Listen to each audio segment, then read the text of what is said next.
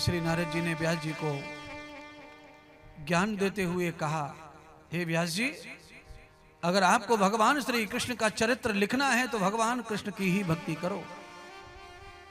जिस देवता के बारे में आपको जानना है उस देवता का आप भाव पूजन करिए।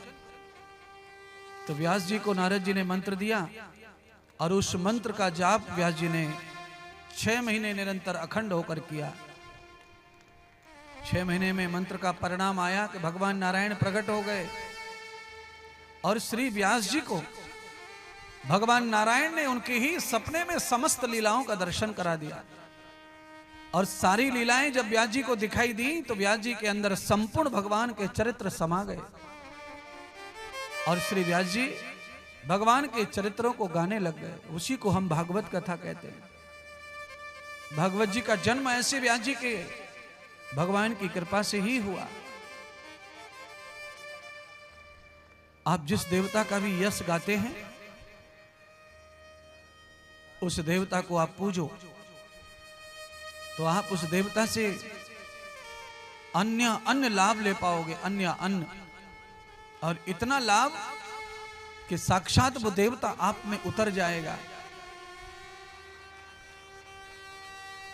और अपनी मति अपनी गति सब आपको दान कर देगा। आप घी खाते हो, बादाम खाते हो, दूध पीते हो और दूध और बादाम को पचाने के लिए एक्सरसाइज करते हो तो आपके शरीर में 2-4 महीने में दूध और बादाम सब दिखाई देने लगता है समाज को। ये बालक कसरत कर रहा है, ये बालक व्यायाम कर रहा है, ये बालक अच्छा हो रहा है, ये बालक अच्छा खाता है, वो दिखने लगता है। तो जैसे बादाम और घी और दूध का एक्सरसाइज करके असर दिखता है, ऐसे ही भगवान और इष्ट देवता का पूजन और ध्यान करने का भी असर शरीर पर, जीवन पर दिखता है।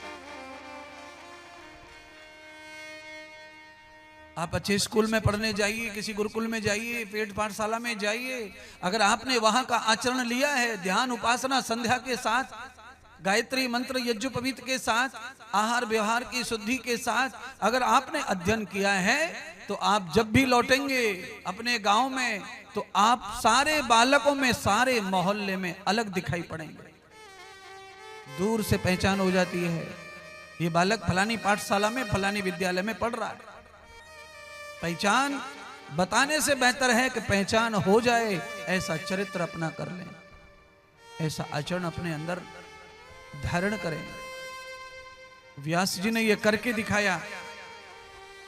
भगवान कृष्ण के चरित्र को न जाने कहां पढ़ने जाना पड़ता, तो भगवान श्री नारद जी ने स्वयं कहा कि उनका ध्यान करो, वही तुम्हें दर्शन देंगे चरित्र का।